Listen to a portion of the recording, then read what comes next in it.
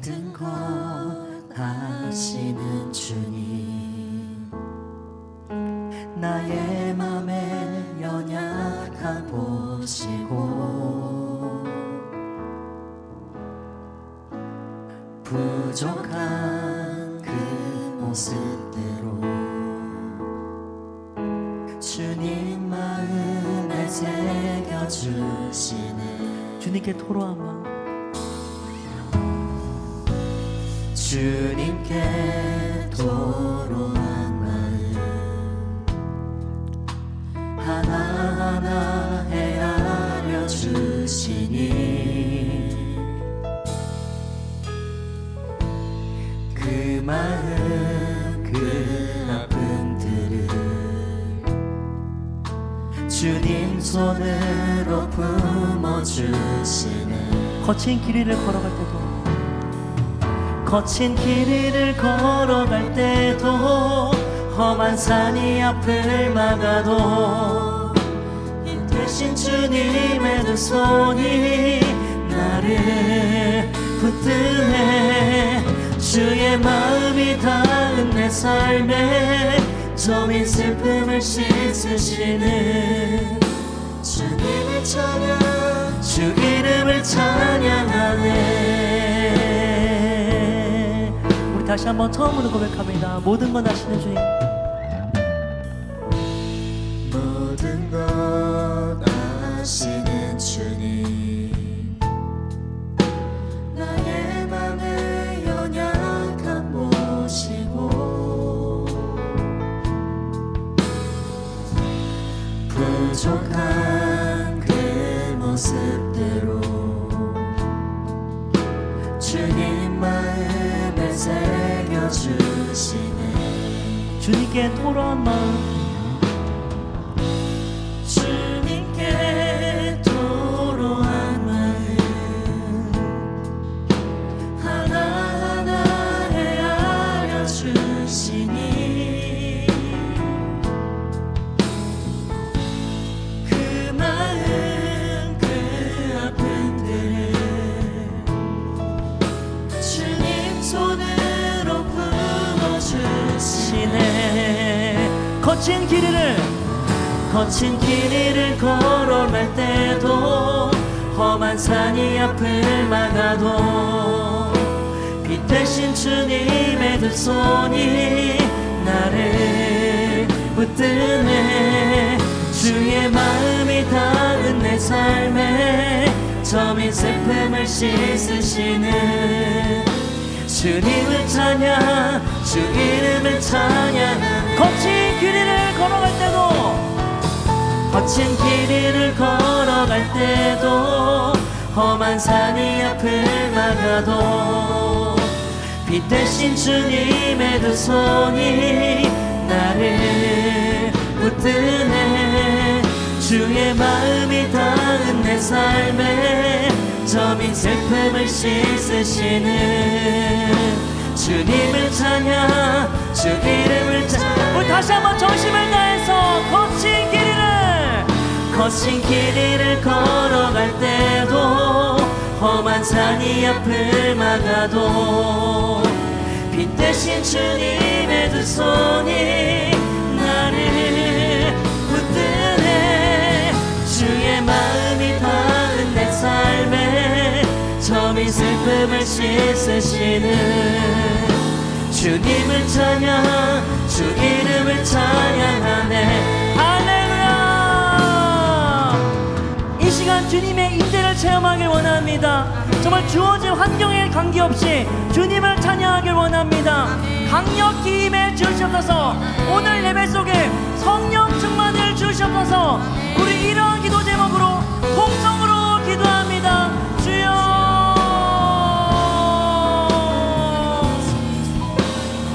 오직 주 예수 그리스도를 찬양하길 원합니다. 정말 성령의 임재만을 갈구하는 그러한 우리에게 모든 우리 성령으로 되길 원합니다. 강력히 역사해 주시고 우리의 삶에 임해 주시옵소서. 정말 우리의 연약한 마음들이 있다면 이 시간 모두 내려놓고 정말 주님께서 주신 마음, 성령의 임재만을 갈구하는 마음이 될 수 있도록 정말 우리 안에 강력 강력히 역사해 주셔서 성령 충만을 주실 줄 믿습니다. 주여.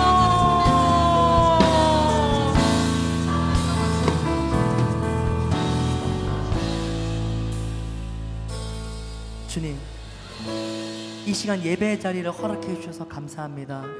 주님께서 이 시간 저희의 영을 주관해 주시고 강력한 임재를 부어 주셔서 인간적인 마음들이 있다면 이 시간 모두 내려놓고 정말 성령 충만한 마음을 갈구할 수 있도록 역사해 주시옵소서. 이 모든 말씀 살아 역사하시는 주 예수 그리스도의 이름으로 기도드렸습니다. 아멘. 주님께 영광의 박수 올려드립니다.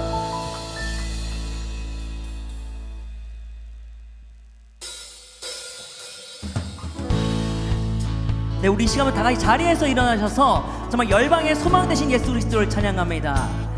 예수 열방의 소망, 예수 열방의 소망, 예수 우리의 위로자, 주는 온 땅에 영원한 소망. 예수 어둠 속의 빛, 예수 어둠 속의 빛, 예수 변함없는 진리, 주는 온 땅에 빛이 되시네.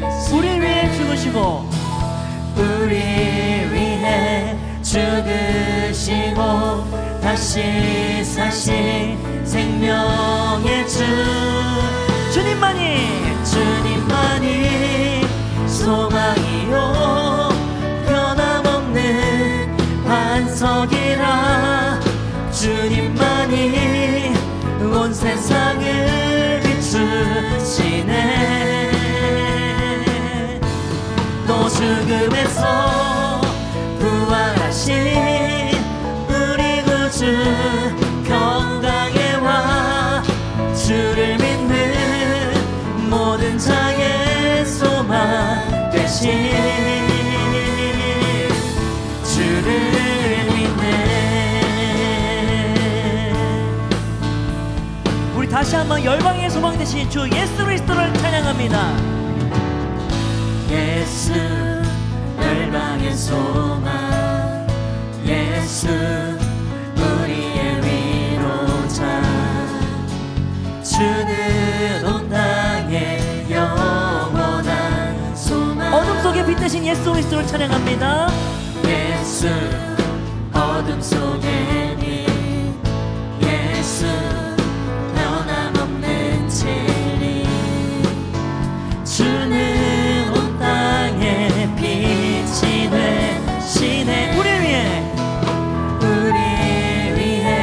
죽으시고 다시 사신 생명의 주, 주님만이 소망이요 변함없는 반석이라, 주님만이 온 세상을 비추시네. 또 죽음에서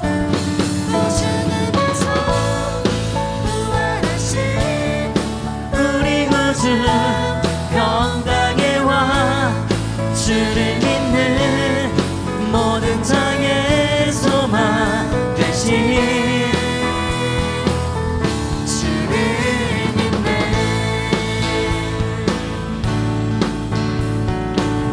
우리를 위해 죽으시고 다시 사신 이 생명의 주님을 찬양합니다. 우리 위해 죽으시고 다시 사신 생명, 우리 위해 죽으시고 다시 사신 생명, 우리 위해 죽으시고 생명의 주, 주님만이 소망이요 변함없는 반석이라, 주님만이 온 세상을 비추시네. 또 죽음에서 부활하신 우리 구주 평강에 와, 주를 믿는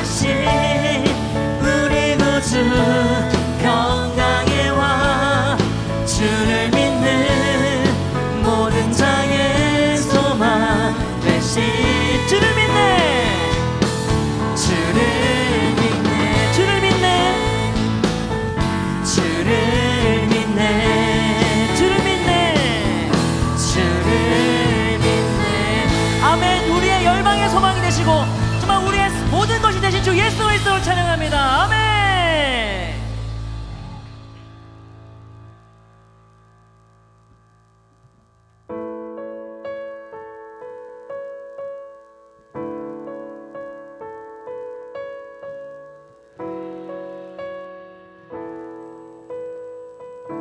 고난 중에 주음성 고난 중에 주음성 들을 수 없다 해도 참된 진리 되신 주 나는 붙드네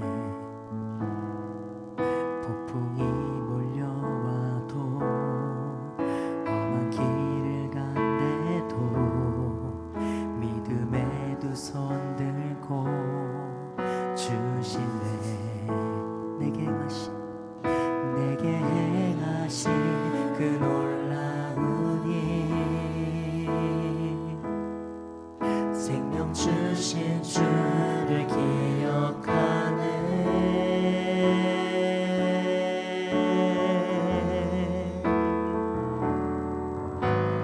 그 사랑이 내려와 날 자유케 하셨네 영원히 나는 주님의 것 산과 골짜기에서 내 영혼 노래하네 영원히 나는 주님의 것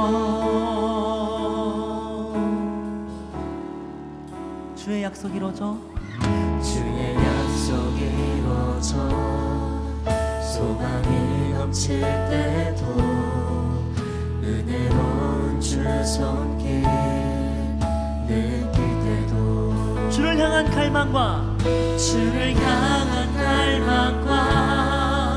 겸손한 마음으로 믿음의 두 손 들고 주실래 내게 행하신 그 놀라운 일 생명 주신 주를 기억하네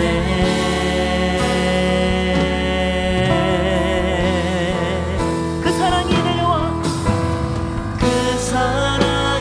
내려와 날 자유케 하셨네 영원히 나는 주님의 것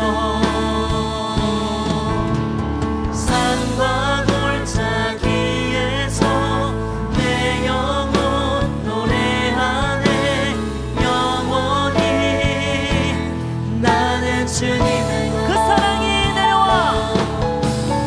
그 사랑이 내려와 날 자유케 하셨네 영원히 나는 주님의 것 산과 골짜기에서 내 영혼 노래하네 영원히 나는 나의 삶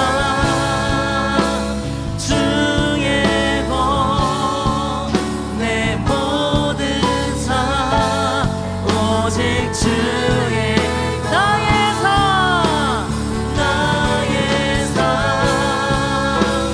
주의 것 내 모든 삶 우리 다시 한번 고백합니다 나의 삶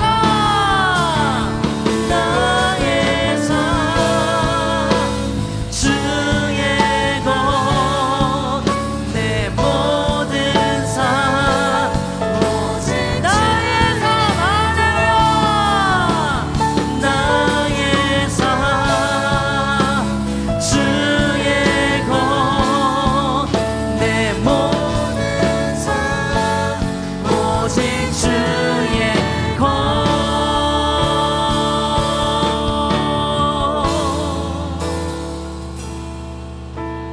그 사랑이 내려와 날 자유케 하셨네 영원히 나는 주님의 것 산과 골짜기에서 내 영혼 노래하네. 영원히 나는 주님의 것. 그 사랑이 내려와 그 사랑이 내려와 날 자유케 하셨네. 영원히 나는 주님의 것.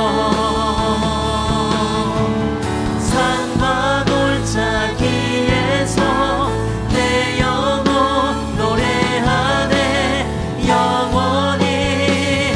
우리 다시 한번 전심을 다해서 그 사랑이 내려와 그 사랑이 내려와 날 자유케 하셨네. 영원히 나는 주님의 것. 산과 골짜기에서 산과 골짜기에서 내 영혼 노래하네. 영원히. 우리 마지막으로 주님께 두 손 높이 들고 찬양합니다. 그 사랑이 내려와 그 사랑이 내려와 날 자유케 하셨네. 영원히 나는 주님의 것. 산과 골짜기 산과 골짜기에서 내 영혼 노래하네. 영원히 나는 주님의 것. 아멘.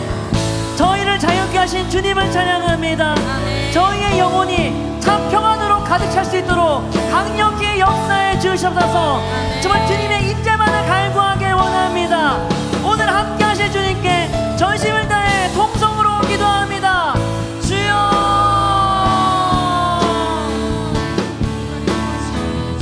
주여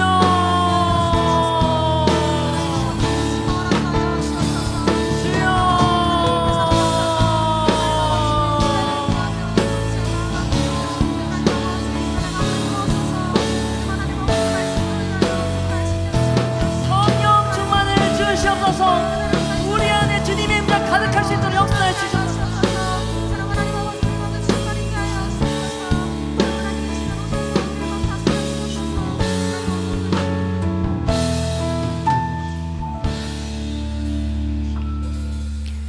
아무것도 염려하지 말고 오직 모든 일에 기도와 간구로 너희 구할 것을 감사함으로 하나님께 아뢰라.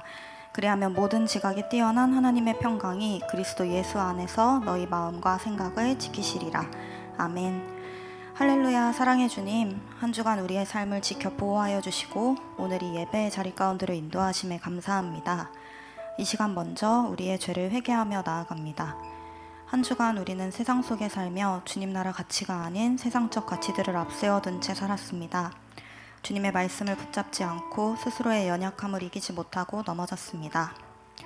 이런 저희의 연약함을 불쌍히 여기시고 주의 보혈로 말미암아 깨끗게 하여 주시옵소서. 저희 가운데 회개하는 심령을 가득히 부으시고 주님의 말씀이 우선되는 삶으로 회복시켜 주시옵소서. 사랑하는 예일교회를 위해 기도합니다. 먼저 모든 성도들이 같은 말, 같은 마음, 같은 뜻으로 하나 되어 비전을 향해 힘있게 달려나가게 하여 주시고 먼저 낮아져 서로를 섬기는 사랑의 공동체가 되게 하여 주시옵소서. 우리 교회에 두날개 1500비전을 주시니 감사합니다. 150명의 선교사와 1500명의 셀리더를 세워가는 일에 모든 성도들이 적극적으로 임하게 하시고 나의 비전이고 교회의 비전임을 확신하게 하여 주시옵소서. 가을 사역의 끝을 향해 달려가고 있습니다. 마지막까지 열정을 잃지 않고 기도로 주님께 맡겨드리며 넘치는 기도의 응답 속에서 좋은 열매로 주 앞에 나아가게 하여 주시옵소서. 특히 해피투게더로 정착하지 못한 새 가족, 장결 가족들을 섬기고 있습니다. 그 지체들을 위해 눈물로 기도하게 하시고 주님께서 넘치게 부어주시는 지혜와 사랑으로 말미암아 낮아져서 섬기게 하여 주옵소서. 선교를 위해서 기도합니다. 10호 선교사가 준비되어 나가는 선교가 끊임없이 지속되게 하시고 보내는 선교사로서 기도와 물질로 헌신하게 하여 주시옵소서. 나가든지 보내든지 하라는 주님의 말씀을 기억하며 선교를 위해 날마다 기도하는 성도들 되게 하여 주옵소서. 사랑하는 담임 목사님을 위해 기도합니다. 영육 간의 강건함을 넘치도록 부어주셔서 지치지 않고 달려나갈 수 있도록 목사님 가운데 함께하여 주시옵소서. 영적으로 깨어 악한 영들을 분별할 수 있는 능력을 주시고 삶의 필요를 부족함 없이 채워주셔서 맡겨진 사명을 기쁨으로 감당하게 하여 주시옵소서. 삶의 모든 곳에서 주님의 권세와 능력이 목사님을 통하여 나타나게 하여 주시옵소서. 오늘 드려지는 청년 예배를 위해서 기도합니다.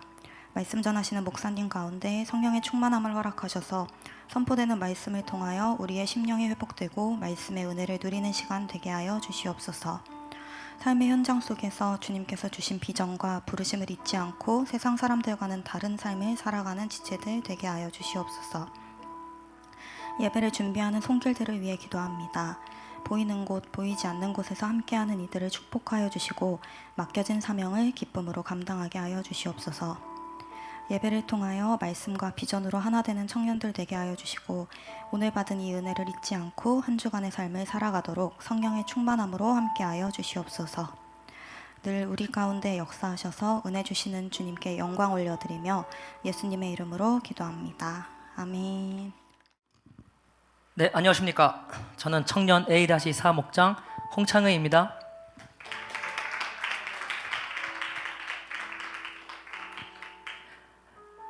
(23년) 상반기 훈련으로 제자대학을 졸업하고 나니 두날개 프로세스에 대해서 알게 되었고 이것이 진짜 사역의 방향성이라는 것을 느끼게 되었습니다. 그리고 이제는 훈련이 아니라 적용을 할 때라고 생각하여 훈련을 받지 않았습니다. 그러나 시간이 지날수록 삶에 적용을 하기는커녕 두날개 프로세스에 열정적인 사역에 대한 지식만 남아있지 열정은 사라지고 있음을 느꼈습니다. 찬양 사역을 하면서 복음에 대한 열정적인 선포는 하지만 정작 나는 그러한 삶을 살고 있지 않은 것에 대한 이질감이 내면에 자리 잡고 쓴 뿌리로 작용하고 있었습니다. 그러던 어느 날 주님께서는 제 스스로가 옳다고 생각하는 사역을 삶에 적용시키기 위해서는 다시 훈련을 받아야 한다는 마음을 주셔서 양육반 훈련부터 다시 시작하게 되었습니다. 하지만 첫 시장인 회복 캠프 전날까지 야근을 했음에도 일이 해결이 되지 않아 업무 핑계를 대고 회복 캠프를 참여하지 않는 게 좋겠다라는 생각도 하였습니다. 그러나 회복 캠프 사역을 해야 했기에 아침에 불만이 가득한 상황에서 참여를 하였습니다. 그래도 마음 한구석에는 오늘 회복 캠프를 마친 내 모습에는 기쁨이 가득하리라는 굳은 믿음은 있었습니다. 역시나 찬양을 하면서 인간적인 불안감은 모두 주님께 내어놓을 수 있었고 몇 년 전에 처음 회복 캠프를 참여했을 때 교회 방향성 이해에 초점을 맞추던 제가 이해하고 공감하는 방향성을 가슴속 깊이 새기는 모습을 경험하게 되었습니다. 또한 나눔을 하면서 이것이 바로 제가 진정으로 바라는 삶이라는 것을 깨닫게 되었습니다. 그리하여 마지막 기도 시간에는 주님께서 제게 주신 사명을 다시금 깨닫게 되어 너무 은혜스러웠습니다. 이렇게 회복 캠프는 은혜롭게 끝났지만 제 삶의 패턴은 변하지 않았습니다. 사실 올해는 평일에도 야근이 계속되었고 주말에도 일하는 경우가 많았던 데다 개인적인 일과 교회 사역까지 늘어나고 있던 상황이라 삶 속에 더 이상 남는 시간이 없는 정도였습니다.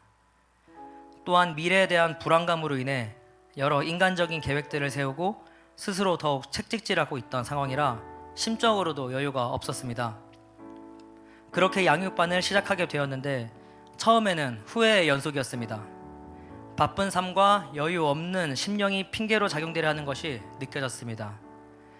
그러나 양육반이 진행되면서 과제를 위한 맥체인 성경을 읽고 수레바퀴의 삶을 지키기 위해 노력하면서 영이 변화되고 심령이 안정되어지는 것이 느껴졌습니다. 이것은 단지 느낌만이 변하는 것이 아니라 제가 속한 환경이 변화되고 하나님께서는 부족하고 연약한 제 삶에 여러 축복들을 주고 계셨습니다. 제가 다니고 있는 회사에 저희 팀장님이 3년 전에 바뀌셨는데 혁신적인 분이셨기 때문에 팀의 로드맵을 새로 작성하셨습니다. 그러나 그 로드맵에 제가 가지고 있는 능력의 중요성이 점점 줄어드는 것이 느껴졌습니다. 그리하여 제 입장에서는 로드맵에 제 커리어를 맞추거나 로드맵이 맞는 곳으로 이동을 할 계획을 가지고 있었습니다. 그래서 전 그 판단에 대하여 기도 제목을 정하고 기도를 하고 있었습니다. 그러던 중 좋은 환경에 대한 이동의 기회가 몇 번 있었습니다. 그것이 기도의 응답이라고 생각했던 저는 이동을 하려고 했지만 번번이 제 능력이 아닌 외부 환경에 의해서 이동이 막히게 되었습니다. 전 낙심했지만 하나님께서 제 인간적인 욕심을 꾸짖으시는 것 같아 좋은 기회에 대한 욕심은 버리고 그냥 현재 상황에 만족하며 소소하게 살아야겠다라고 생각을 했습니다. 그러던 중 회사 자체의 방향성이 변화가 되면서 제가 가진 능력이 굉장히 중요한 상황이 되었습니다. 그러면서 제가 이동해서 하고 싶었던 업무들이 한꺼번에 몰려오게 되었습니다. 정말 바빴지만 감사한 마음으로 정직하게 열심히 올 한 해 감당하였고 12월 초에 나온 사내평가에서 팀 최고 점수를 받을 수 있었습니다.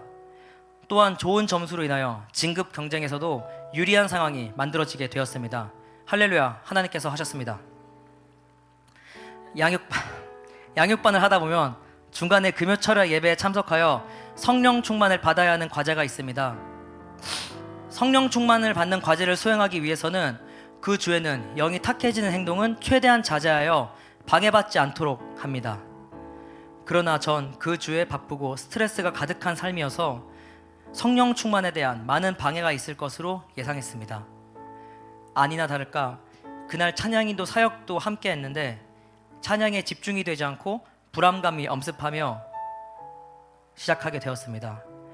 하지만 찬양이 진행되며 임재 속에 들어가기 위해 노력하다 보니 바쁘고 스트레스가 많은 제 자신이 어느 순간 3인칭화가 되면서 그런 삶들에 대한 우선순위가 내려가고 주님께 모든 것을 맡겨드릴 수 있게 되었습니다.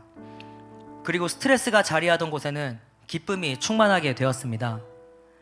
그리하여 말씀에도 집중할 수 있게 되었고 마지막 기도 시간에는 성령님께서 제 마음속에서 예일교회에 처음 왔을 때 주님께 쓰임받고 싶었던 그 열정을 다시금 생각나게 해주셨습니다.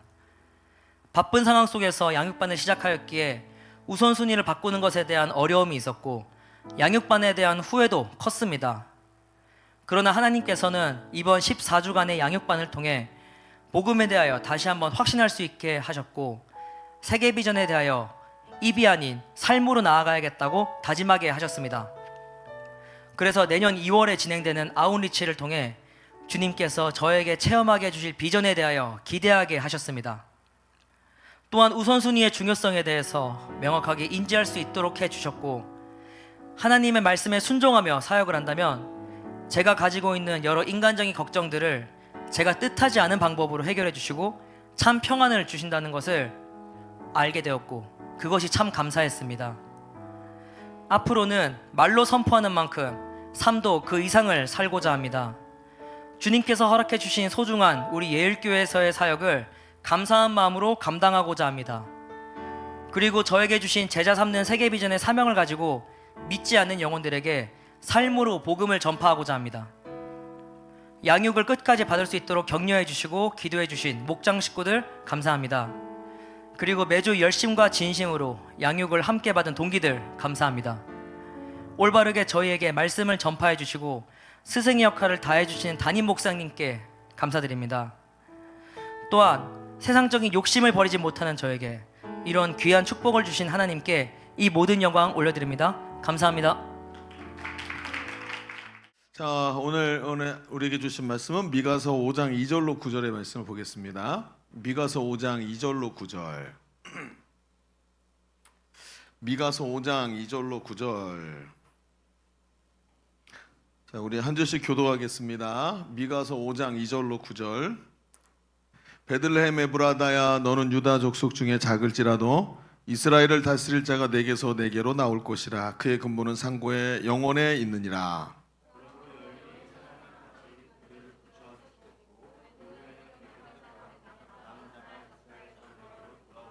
그가 여호와의 능력과 그의 하나님 여호와의 이름의 위엄을 의지하고 서서 목축하니 그들이 거주할 것이라. 이제 그가 창대하여 땅끝까지 미치리라.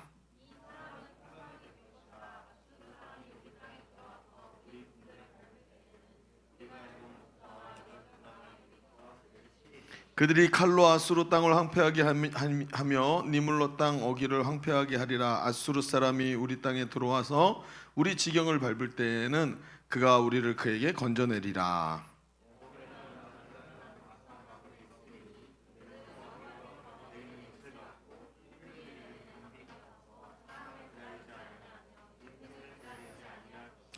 야곱의 남은 자는 여러 나라 가운데와 많은 백성 가운데 있으리니 그들은 수풀의 짐승들 중에 사자 같고 양떼 중에 젊은 사자 같아서 만일 그가 지나간즉 밟고 찢으리니 능히 구원할 자가 없을 것이라.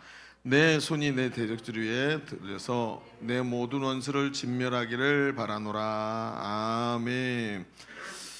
자, 오늘 말씀 듣기 전에 우리 같이 좀 인사하는 시간을 가집시다. 자, 오늘 사람이 돼서 나타난 두 사람이 있어요. 자, 올라오세요. 네.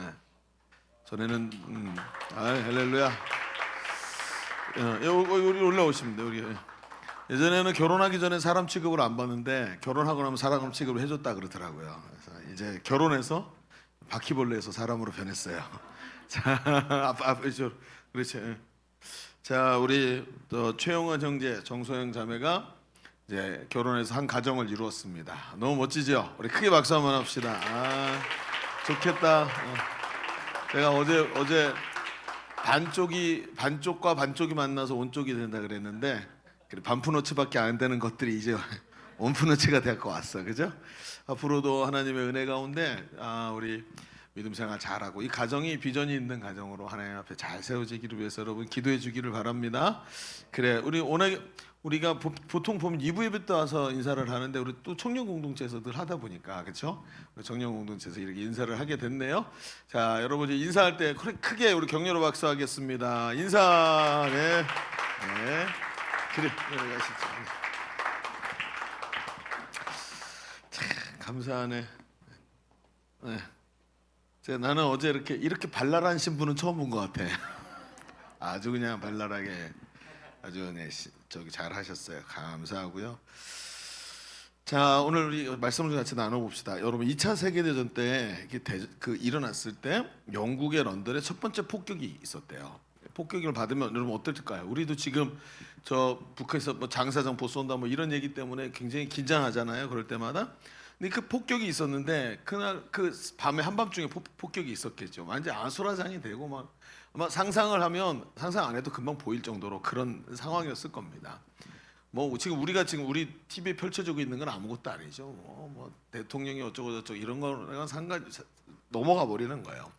근데 그 이튿날 아침에 런던에 있던 모든 언론계 인사들이 이제 무슨 프레스 센터 이런 데 다 모인 거죠. 함께 이제 정보를 받아야 또 이제 그거 가지고 신문도 내고 하니까 한 자리에 딱 모였는데 그때 그 중에 이제 연세가 높은 어떤 몰록 기자 한 분이 앞에서 나와서 제안을 했어요. 여러분, 영국 언론은 사회에 대해서 아주 예리한 비판적 안목을 가진 언론으로 아주 유명합니다. 그런데 지금 우리는 그런 비판을 하거나 누가 잘못했다, 누구 때문에 전쟁이 났다 이런 얘기를 할 때가 아닌 것 같습니다. 지금은 전시이고 지금 국민에게는 희망이 필요할 때입니다. 우리 비판은 나중에 하기로 하고 이제 잠시 동안은 희망을 이야기하고 희망에 대한 기사를 좀 씁시다. 신문에서 희망을 보게 해서 우리의 현실이 절망적인 상황이 아니라 우리가 승리할 수 있다는 낙관과 희망을 우리 백성들에게, 우리 국민들에게 줍시다. 이렇게 얘기를 한 거예요. 근데 이 얘기를 듣고 모여있던 이 기자들이 그 말에, 그 어른 양반의 말에 모두 같이 동의를 하게 된 거죠. 지금 위기 상황이다. 이렇게 생각을 하고 그리고 모든 기사의 논조를 바꾸기 시작했어요. 전쟁에 대한 우리가 이길 것이다라는 긍정적인 메시지를 실었고 군대에 출정하는 젊은이들의 이 늠름한 모습들을 사진으로 찍어서 보도하고 사랑하는 남편과 아들을 전쟁터로 보내고 그들을 위해 기도하러 예배당에 가득 모인 이 사람들의 그 모습을 이제 헤드라인을 이제 그 사진을 올리기 시작했어요. 또 이 전쟁에서 승리할 것이다라는 이 지도자의 희망찬 메시지를 막 실기 시작했습니다. 그러자 갑자기 영국 국토가 한꺼번에 한순간에 변하기 시작했다 그래요. 그들은 두려움과 염려, 막 책임 소재를 묻고 막 이러던 사람들이 희망을 갖고 우리 전쟁에서 이기자, 우리는 이길 수 있다 이런 이야기들이 사람들의 마음을 울리기 시작했다고 합니다. 여러분, 사람은 누구나 희망이 필요합니다. 그렇죠? 희망이 없이는 살 수 없어요. 그런데 아이러니하게도 희망은 항상 절망과 마주보고 있죠. 그래서 희망을 갈구하는 사람들은 항상 절망의 문턱에 있는 사람일 경우가 굉장히 많아요. 절망이 자신을 끌어당길 때 희망을 붙잡으려고 발버둥을 치고 있는 것이 사람의 모습이에요. 그래서 희망을 말할 때는 절망이 코앞에 있다는 걸 우리가 잘 인식하고 있어야 되는 거예요. 여러분, 지금 우리는 성탄절을 이제 다가오고 있는 성탄절을 보고 있어요. 성탄은 희망의 메시지죠.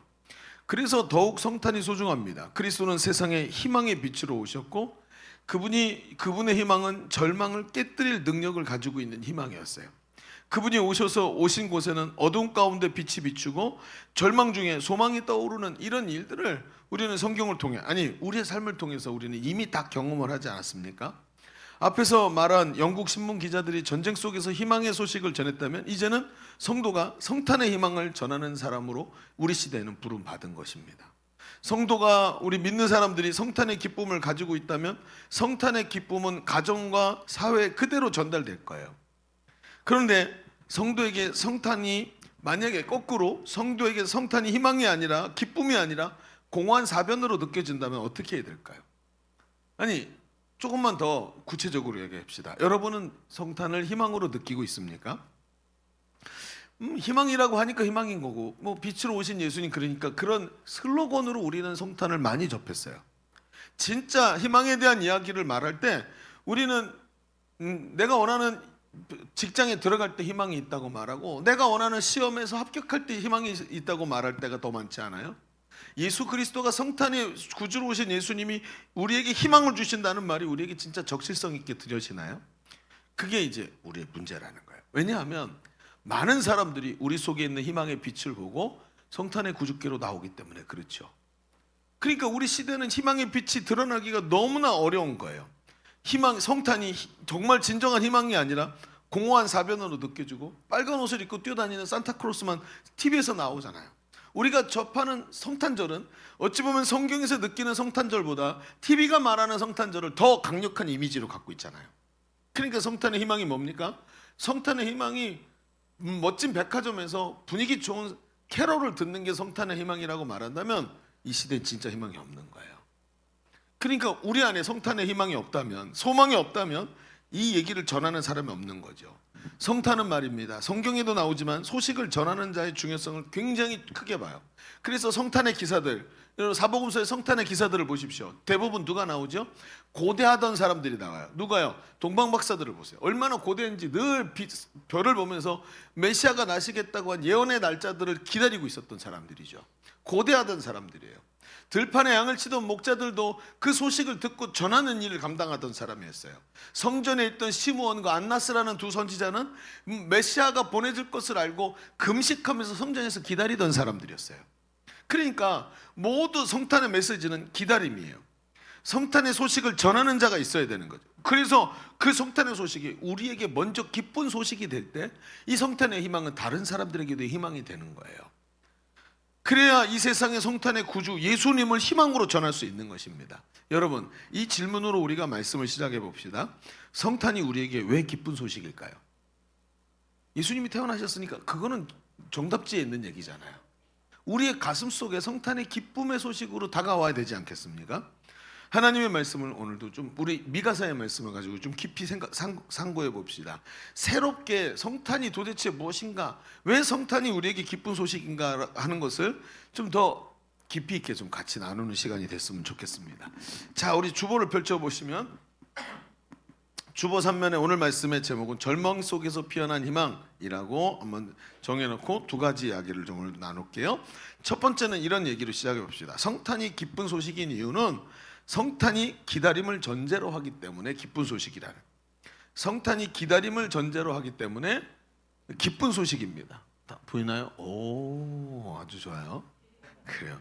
자, 오늘 이 우리가 읽은 말씀에 미가서의 말씀이죠. 미가서는 이제 바벨론 포로로 끌려갔던 이스라엘 백성이 회복될 것이다라는 얘기인데, 그 회복의 중심에 누가 서 있냐면 바로 예수님, 하나님께서 예언하시는 바로 그 다스리는 왕, 즉 예수님에 대한, 메시아에 대한 이야기가 쭉 나타나는 거죠. 2절과 3절을 제가 읽어볼게요. 2절, 베들레헴 에브라다야, 너는 유다 족속 중에 작을지라도 이스라엘을 다스릴 자가 내게서 내게로 나올 것이라. 그러니까 누구예요? 베들레헴 예수님을 말하는 거죠. 예수님 베들레헴 말구에서 태어나시죠. 바로 그분 다윗의 자손이요. 다윗의 그 이제 계보 안에 있고 자손이고 베들레헴에서 태어나신 바로 그분을 말하는 거예요. 그분은 그의 근본은 상고의 영혼에 있느니라. 창세기에서부터 벌써 예수 그리스도에 대한 예언이 일어나지요. 자, 그러면서 3절에 그러므로 여인이 해산하기까지 그들을 붙여 두시겠고 그 후에는 그의 형제 가운데 남은 자가 이스라엘 자손에게 돌아오리니 하고 이야기를 해요. 여러분 비록 유다가 하나님의 진노를 받아 멸망당하지만 여기 오늘 말씀에 나온 것처럼 임신한 여인에게는 반드시 해산할 날이 다가오듯이 하나님께서 때가 되면 이스라엘이 멸망당했지만 이들을 하나님께서 다스리는 이, 즉 메시아를 보내주실 것이고 그 메시아가 너희를 회복할 것이다 라고 얘기를 하시죠. 그러면서 5절에 뭐라고 얘기하냐면 이 사람은 평강이 될 것이다 라고 얘기를 해요. 그분은 평강의 왕으로 오실 것이고 그 말씀에 보니까 적들을 멸망시키고 이스라엘을 구원해 주시는 그래서 평강을 주시는 분이라는 거예요. 또 야곱의 남은 자들이 일어나서 하나님의 능력으로 원수들과 싸워 이기게 만드실 것이다 이런 이야기를 하지요. 여러분 이 예언의 말씀은 나라를 빼앗기고 포로로 잡혀간 이스라엘 백성들에게 대단히 위로가 되는 말씀이에요. 이들의 현실은 절망적이죠. 지금 포로니까 자기들이 원하는 일을 하지 못하고 적의 나라에 끌려와서 노예 생활을 하고 있는 거죠. 그런데 그들에게는 포로가 끝이 아니라 하나님의 약속이 있어요. 너무나도 괴롭고 힘든 삶 가운데 자기 백성을 기억하셔서 구원주를 보내주시겠다. 그 구원주가 베들레헴에 나시는 예수 그리스도라는 거죠. 자, 여기서 생각해 봅시다. 성탄이 우리에게 기쁜 소식이 되는 이유가 뭘까요? 바로 예수 그리스도가 다스리는 왕으로 오신다는 거죠. 죄와 사탄에게 사로잡혀 고통당하고 유린당하던 우리의 인생을 죄에서 건져내셔서 무거운 짐을 벗겨버리시고 버려진 고아와 같은 삶이 아니라 하나님의 자녀가 되는 권세를 주신다. 그게 누구예요? 성탄의 구주로 오시는 예수님이라. 성탄에 예수님이 오셨다라는 소식이 왜 중요합니까? 그 소식은 바로 우리를 죄와 사망에 노예된 것에서부터 풀어내시고 우리에게 자유와 해방을 주신다는 거예요. 그래서 더 이상 사탄에게 종노릇하지 않고 왕 대신 예수 그리스도를 따르는 그 백성의 삶을 살게 하는 거예요. 이게 뭡니까? 희망이에요. 그게 소망이더라는 거예요. 여러분 그런데 마귀는 이런 소망의 소식들이 전해지고 사람들에게 들어가는 걸 원하지를 않아요. 옛날에 일제 침탈 시기에 일본이 교회를 핍박했죠. 그런데 그 당시 이제 예배를 드리게 되면 일본 순사들이라고 하죠. 순사들, 경찰들이 교회에 와서 딱 앉아 있었어요. 왜? 종교의 자유를 허락을 해야 되긴 하는데 이게 종교를 딱 한다고 교회에 딱 왔는데 교회가 전하는 메시지가 뭐예요? 자유와 해방이잖아요. 그러니까 여기서 모이면 이 사람들이 교회에 모이기만 하면 막 자기들끼리 모여서 열정을 내는 거예요. 그래가지고 와가지고 일본 순사들이 일본 그 제국에서 교회에 들어오면 부르지 못하게 하는 찬송가가 있었어요. 그래서 금지곡이 된 거예요. 금지곡 뭐죠? 긴밤 지새우고 풀잎마다 맺힌 이런 금지곡 이게 아니고요. 그때 금지곡이 됐던 게 뭐냐면 마귀들과 싸울지라 마귀들과 싸울지라 죄악 벗은 형제여 이걸 못 부르겠어요. 왜? 맨 마지막에 영광 할렐루야 그 다음에 맨 마지막 뭐예요? 곧 승리하리라. 조금 있으면 해방이 찾아온다. 우리가 이긴다. 이런 이야기를 하면 소망이 일어나잖아요. 사람들 마음속에. 소망이 일어나는 것을 막으려고 했다는 거예요. 그래서 사람들이 그 소망으로 결집되려고 하는 것을 막으려고 했다는 거예요. 또 무슨 찬송을 금지곡으로 했냐면 믿는 사람들은 군병 같으니 앞에 가신 주를 따라갑시다. 주님이 우리와 함께 하시니까 우리는 반드시 이긴다. 우리가 저들의 예수 그리스도의 군사가 되자. 이 뭐예요? 그렇죠? 군인들을 모으는 징병 아닙니까? 그러니까 이걸 얘기를 하기 시작하면 사람들은 예수 그리스도가 우리를 위해 싸워주신다고 생각을 한다는 거예요. 또 금지곡이 뭔지 아세요? 삼천리 반도 금수강산. 삼천리 반도 금수강산. 그러면서 뒤에 가면 뭐라 그러세요? 일하러 가세 일하러 가 이렇게 말해요. 우리가 열심히 일해서 이 나라를 세우자라는 얘기가 되죠. 전부 뭐예요? 희망찬 얘기들이에요. 희망에 가득 찬 것들을 말하지 못하게 하는 거예요. 왜요? 조선의 정체성을 다시 회복시키고 하나님 백성의 정체성, 연합과 분투, 승리 이런 정신이 고조되면 일본에 항거하고 여기서 우리가 자유와 해방을 얻겠다고 들고 일어나기 때문에 그런 거예요. 여러분 마귀도 말이죠. 예수님 시대부터 성탄의 소식을 막으려고 해요. 성탄의 메시지가 사람들의 마음속에 깊이 들어가면 그들은 회복되고 그들은 일어나게 된다는 것이죠. 여러분, 그러니까 어때요? 성탄에 여러분 복음서를 보세요. 예수님이 태어난다라는 소식이 전해지자 헤롯이라는 왕이 일어나서, 여러분 유대인의 왕이 태어났다고 하는데 헤롯이 일어나서 어떻게 해요? 예수님 나이대 되는 2살 미만의 어린아이를 싹 다 죽입니다. 남자아이를 전부 다 죽입니다. 이유가 없어요. 그냥 죽입니다. 예수님을 죽이기 위해서. 그래서 지금도 헤롯을 통해 예수님의 나심을 방해하려고 했던 그 마귀가 지금도 성탄의 이 희망의 소식이 전해지는 것을 싫어해요. 왜 그럴까요? 성탄은 원수 마귀의 패배와 하나님 백성의 승리, 그것을 하나님이 예수 그리스도를 통해 일으키신다는 것을 정확하게 말해주는 희망의 메시지이기 때문에 그런 거예요. 그분이 우리의 인생에 오셨습니다. 그 예수님이 우리에게 찾아오셔서 우리의 승리가 되어주셨습니다. 예수님의 부활이 내 부활 되게 만드셨습니다. 죄와 사망의 법에서 생명의 법으로 우리를 옮겨주셨습니다. 우리를 하나님 자녀 되게 만들어주셨습니다. 기도하면 하나님 응답하시도록 만들어주셨습니다. 이게 바로 예수님이 하신 일이란 말이에요. 그러니까 이것을 어떻게 해요? 이걸 알고 오늘부터 기도하기 시작하면 역사가 일어나는데, 이 희망을 가지고 하나님 앞에 믿음으로 나가기만 하면 하나님의 영이 역사하시는데, 그러니까 마귀는 어떻게 해요? 여러분, 지금도 여러분에게 기도하지 못하도록 마귀가 뭘 집어넣습니까? 세상 가치를 집어넣는 거예요. 그래서 하나님께 기도하면 하나님 응답하신다는 확신을 잃어버리고 소망 없는 삶을 살게 만들려고 하는 거예요. 그래서 성탄의 소식이 중요한 겁니다. 내가 먼저 그 성탄의 소식을 깨닫고 그 성탄의 구주가 나에게 주시는 은혜를 누리기 시작할 때 성탄의 소식이 내 속에서 강할수록 주변 사람들에게도 강력하게 일어나는 거예요. 자, 그런데 여기서 우리가 이 말씀이 앞에 뭐라 그랬냐면 기다림을 전제로 하고 있다라는 이야기를 했어요. 그죠? 기다림을 전제로 하고 있다는 것은 우리가 유의해서 봐야 돼요. 이 말이 무슨 뜻이냐? 성탄의 소식은 앞으로 오실 메시아가 회복시키실 것을 기대하는 거죠. 자, 그러면 생각해 봅시다. 성탄은 기다림이 중요하다 그랬어요. 희망적 기다림, 메시아를 고대하고 기다리는 거죠. 그런데 여러분 한번 생각해 보세요. 문제는 우리한테는 물리적 시간으로 가만히 들여다보면 이런 기다림이 별로 의미가 없게 느껴지는 거예요. 자, 여기부터 이제 문제가 되는 거예요. 잘 들어보세요. 우리의 삶은 이미 예수 믿고 구원받았어요. 그렇죠? 뭘 기다려야 되죠? 여러분, 성탄은 이미 일어난 사건이고 더 이상 기대가 되지 않는 거죠. 앞으로 무슨 일이 일어날지 우리는 다 알고 있어요.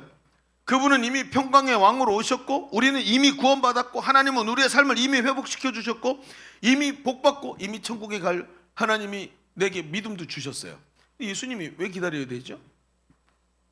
성탄이 고대할 만한 일이 아닌 거예요. 여러분, 산타크로스가 없는 거 아시죠? 제가 동심을 깨뜨렸나요? 여러분, 그걸 깨닫는 동안에 깨닫게 되는 나이가 되면서 이렇게 생각하죠. 세상에서 수없이 본 것들을 보면서 예수님의 성탄이 나한테 별로 의미가 없다고 생각을 하게 돼요. 이미 성탄절은 2000년 전에 일어난 사건이고 오늘 기다리는 게 뭐가 의미가 있지라고 생각하는 거죠. 성탄은 기쁜 소식이에요. 그런데 오늘 그 기쁜 소식이 의미를 잃은 것, 이것이 오늘 우리에게는 굉장히 중요한 얘기라는 거예요. 그래서 오늘 성경에 이 얘기에 대해서 이제 오늘 말씀은 좀 어려워요. 저도 전하기가 어려워요. 요 대목을 잘 들어보세요. 자, 5절부터 6절에 조금 전에 제가 얘기했던 그 문제에 대한 해답이 나와요. 잘 들어보세요. 5절, 6절 같이 읽어볼까요? 5절, 자 읽어볼게요. 시작. 이 사람은 평강이 될 것이라 아수르 사람이 우리 땅에 들어와서 우리 궁들을 밟을 때 우리가 7 목자와 8 군왕을 일으켜 그들을 치리니. 자, 이 사람이 누구예요? 앞으로 올 메시아에 대해서 말하는 거죠. 메시아는 평강을 우리에게 주시는데 어떻게 평강을 주죠? 7 목자와 8 군왕을 일으켜 우리를 쳐들어온 아수르를 쳐낼 거란 말이에요. 그런데 어떻게 하냐? 6절. 그들이 그러니까 7 목자와 8 군왕이 아수르 땅을 황폐하게 하며 니물로 땅 어기를 황폐하게 하리라. 아수르 사람이 우리 땅에 들어와 우리의 지경을 벌빌 때 그때 그가 우리를 그 아수르 사람들에게서 건져내리라 하고 얘기를 하는 거예요. 그래서 우리에게 평강을 주신대요. 자, 이 이야기를 자세히 들어보세요. 여기 아스루와 니물롯에 대해서 얘기하는데 아수르는 여러분 알죠? 아시리아예요. 근데 니물롯이 뭐냐면 바벨론을 말하는 거예요. 그런데 뭐라 그러냐면 이 미가서에 기록하고 똑같이 이 이사야서 10장 34절에 보면 이런 말씀이 있어요. 아수르가 패망할 때 다윗의 집안에서 새로운 왕이 등장할 것이다. 이렇게 얘기를 해요. 그런데 여러분 진짜 아수르가 패망할 때 이런 일이 일어났나요? 여러분 이 구조를 가만히 보잖아요. 역사상 아수르는 역사상 존재했고 이스라엘을 위협했던 강대국 아수르로 분명히 있었어요. 그런데 그 나라로 보기가 어려워요. 왜? 6절의 말씀처럼 실제로 이스라엘이 아수르에 대항해서 효과적으로 전쟁을 일으켜서 아수르를 이긴 이긴 것이 역사에는 없었어요. 없는 이 사건이에요. 그럼 니물롯은 뭘까요? 여러분 요한계시록에 보면 니물롯이 뭐라 그랬죠? 음녀 바벨론이라고 말하죠. 근데 바벨론이라는데 요한계시록에 나오는 음녀 바벨론은 그 바벨론을 말하는 게 아니에요. 바벨로니아 그 제국을 말하는 게 아니에요. 그건 뭐죠? 하나님을 대적하고 있는 마귀의 나라를 말하는 게 바벨론이에요. 그러니까 음녀 바벨론을 말할 때 사탄의 하소인으로 세상 나라와 임금들을 미혹하다가 멸망한 존재로 성경에 나타나요. 그러면 여기서 말하고 있는 아수르와 니물롯은 실제 존재하고 있는 역사 속에 존재하고 있는 그걸 말하는 걸까요? 아니죠. 그게 아니에요. 그렇다면 이 말씀은 더 깊은 의미를 말하고 있는 거예요. 미가서에서 메시아가 오시는 예언은 베들레헴에서 아기로 나시는 예수님만을 예언하는 것이 아니라 역사의 마지막 날 다시 초림의 예수가 아니라 재림의 예수, 역사의 마지막 날 심판주로 오셔서 사탄의 나라를 멸망시킬 두려운 분으로 바로 이 예수님을 말하는 거예요. 여러분 대림절이라고 우리가 지금 하고 있는 거 알고 계시나요? 여러분 지금 우리는 대림절 안에 있어요. 대림절이 뭐예요? 고대한다는 뜻이죠. 그렇죠. 림이 뭐예요? 오신다, 임재하신다 할 때 주님이 우리 가운데 오시는 것을 기다린다라는 뜻이에요. 그래서 대림절 또는 대강절, 강림하시는 걸 기다린다라는 뜻이에요. 그래서 성탄절을 앞두고 넉 주 동안은 대림절로 가는데 이 대림절에 예수님이 오심을 기다리는 거예요. 그런데 보세요. 우리는 그 오심이 초림이라고만 생각하는 거예요. 즉 예수님이 아기로 오시는 것만 생각을 해요. 그런데 성경은 지금 여러분 미가서를 보잖아요. 예수님이 오시면 하시는 일들을 보면 아기 예수로 오신다라고 얘기하는 게 아니라 여러분 분명히 아기 예수로 오시지만 여자의 몸에서 나시지만 여러분 예수님이 육신을 입고 배꼽을 달고 여자의 몸으로 오셔야 돼요. 왜? 육신을 입고 죽음에서 부활하셔야 우리의 부활의 증거가 되시기 때문이에요. 그래서 예수님이 육신을 입고 오시긴 오셔야 돼요. 그래서 아기여야만 해요. 그런데 성경이 말하는 예수님은 아기로 끝나지를 않아요. 그럼 어떻게 되죠? 다시 오실 주님은 왕으로 오시고 다시 오실 주님은 유다의 사자로 오시고 다시 오실 주님은 심판자로 오시는 무서운 저기를 들고 오셔가지고 그 철봉으로 모든 것을 심판해 나가시는 바로 그분이시란 말이에요. 그러니까 두 번째 재림의 예수님은 세상에서 어마어마하게 무서운 유다의 사자로 다스리는 심판주로 성경은 얘기하고 있다는 거예요. 자, 우리 다시 한번 얘기 들어봅시다. 기다림에 대해서 다시 말해봅시다. 그렇다면 우리가 기다리는 것은 2000년 전에 오신 아기 예수님을 말하는 것만은 아닌 거예요. 여러분 생각해 보세요. 지금도 가톨릭에 가면 있잖아요. 예수님을 둘 중에 하나로 묘사해요. 하나는 마리아의 품에 안겨 있는 아기, 그렇죠? 그들이 그려놓고 만들어 놓은 걸 보세요. 또 하나는 뭐죠? 십자가에 여전히 매달려 있는 예수. 또 하나는 십자가에 내려서 신성을 가진 마리아의 품 안에서 죽어 있는 예수님의 시체. 여러분, 가톨릭은 부활하신 예수님을 말하지 않아요. 아직도 예수님은 힘이 없거나 죽었거나 둘 중에 하나예요. 그런데 개신교의 십자가를 보세요. 우리 교회에 붙어 있는 십자가에는 특징이 있죠. 뭐가 없어요? 거기에 달려있는 예수님이 없어요. 왜? 십자가에서 부활하셨기 때문이에요. 그분을 말하는 거예요. 그래서 그 부활하신 십자가예요. 그래서 여러분 나중에 십자가 목걸이 살 때 거기 예수님 매달려 있는 게 더 멋있어 보이고 은혜로워 보여서 그거 사면 안 되는 거예요?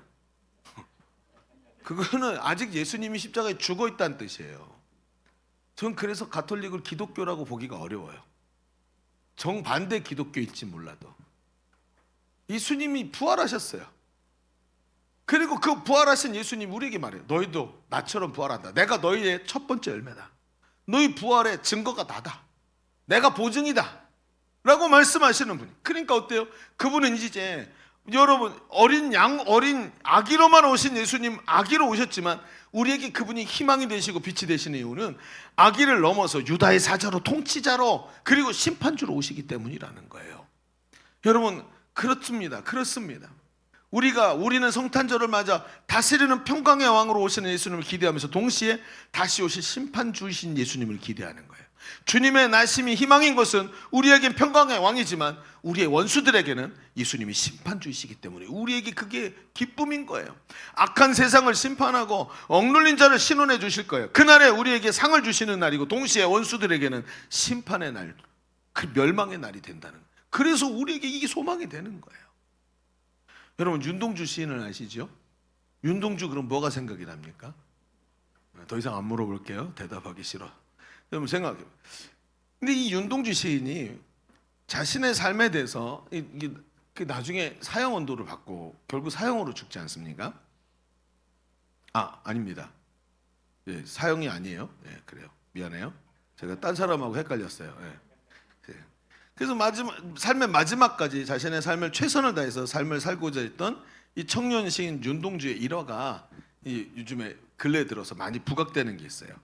이 윤동주가 1943년 7월 14일에 일본에서 일본 유학생 사상범으로 체포가 돼요.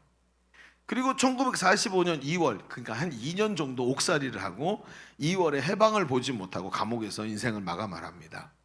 그런데 나중에 그 윤동주의 인생에 관심이 많았던 사람들이, 그 시에 감동을 받고 이랬던 사람들이 그의 생애를 추적하면서 그가 어떻게 2년 동안 감옥 생활을 했는지를 찾기 시작했어요. 그러다가 그가 수감되어 있었던 일본의 규슈 후쿠오카 형무소에 남아있는 기록을 발견하게 돼요. 그가 이 윤동주 시인이 최후의 순간을 앞두고 그가 어떤 일에 굉장히 몰두했다는 사실을 알게 돼요.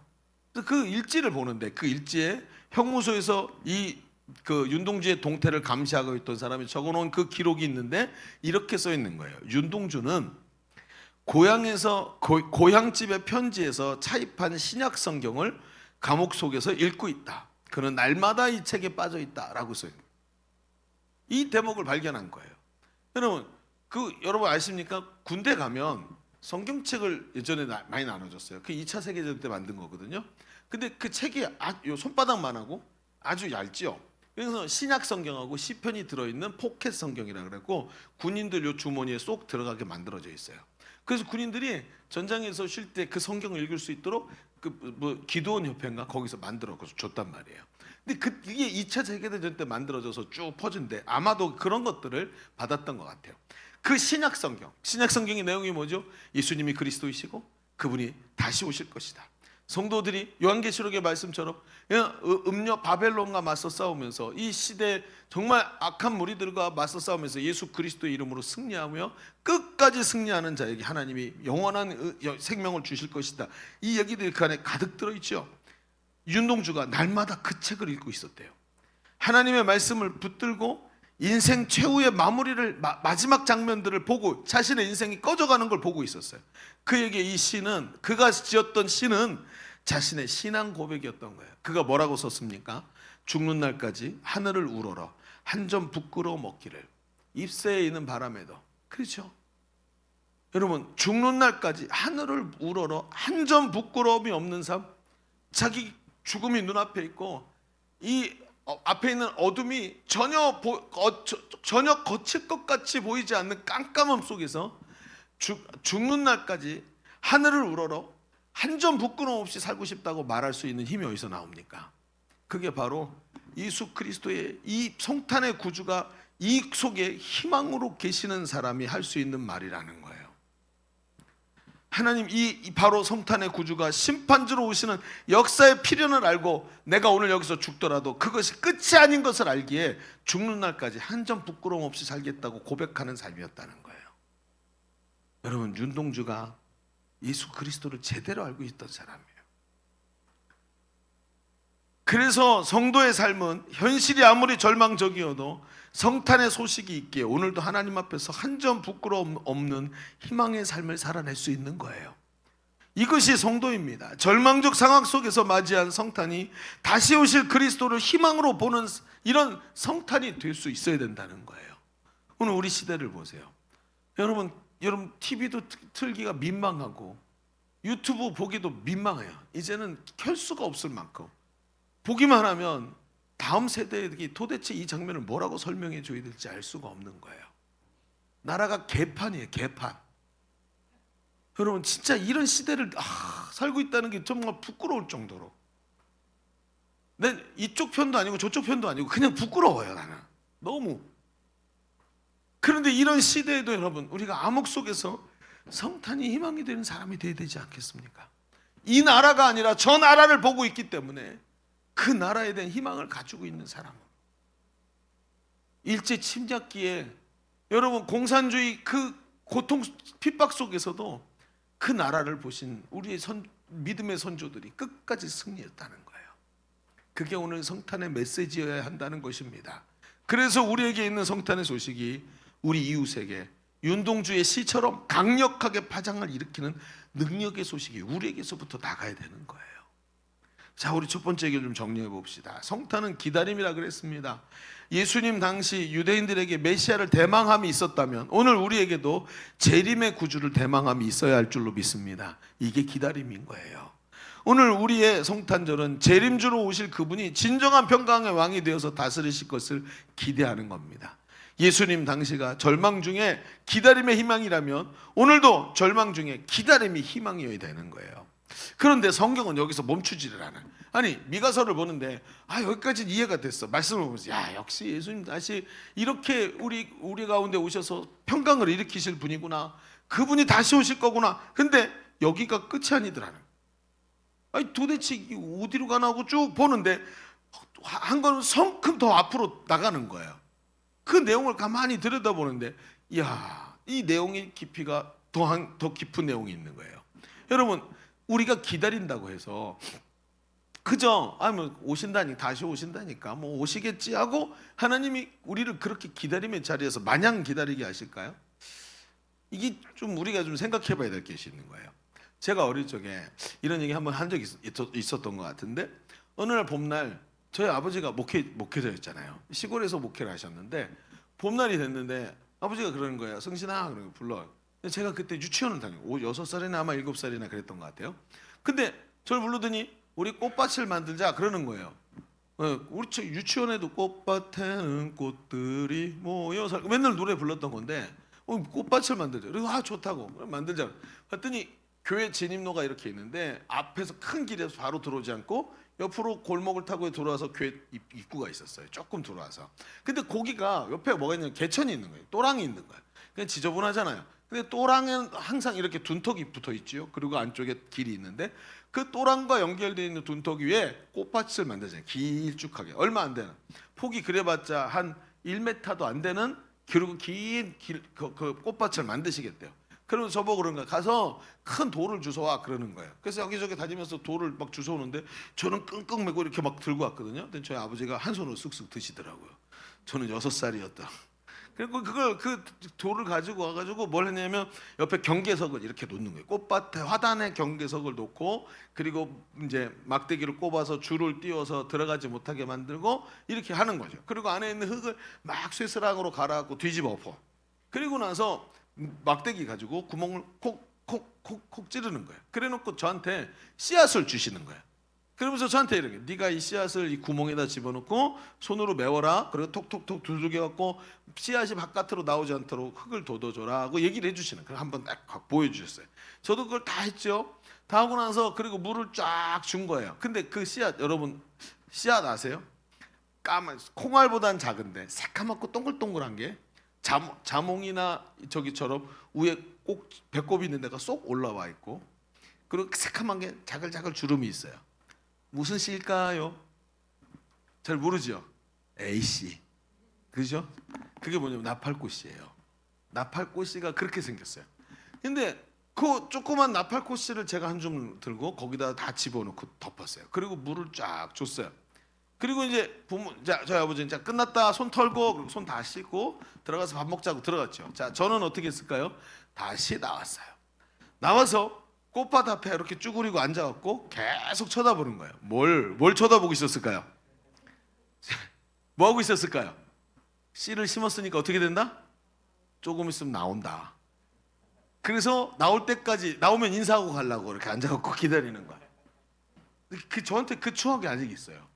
그 교회 꽃밭을 만들면서 그 나팔꽃씨를 심어놓고 들어가지 않고 계속 지켜보는 거예요. 조금 있으면 싹이 올라올 테니까 라고 생각하면서 거기다가 소망을, 희망을 가지고 그걸 쳐다보고 있었던 거예요.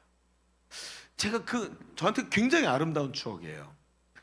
그때 그 장면이 떠오르는 거죠. 여러분, 아무것도 없이 아직도 이제 막 씨를 심고 물을 줬는데 아무것도 없는데 왜 기다릴까요?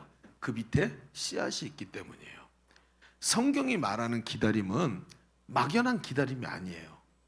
그럼 예수님도 우리에게 성탄이, 주님이 다시 오시는 그 오심에 대한 희망을 가져라라고 말하지만 우리에게 막연히 기다려라 그러시는 게 아니더라는 거예요.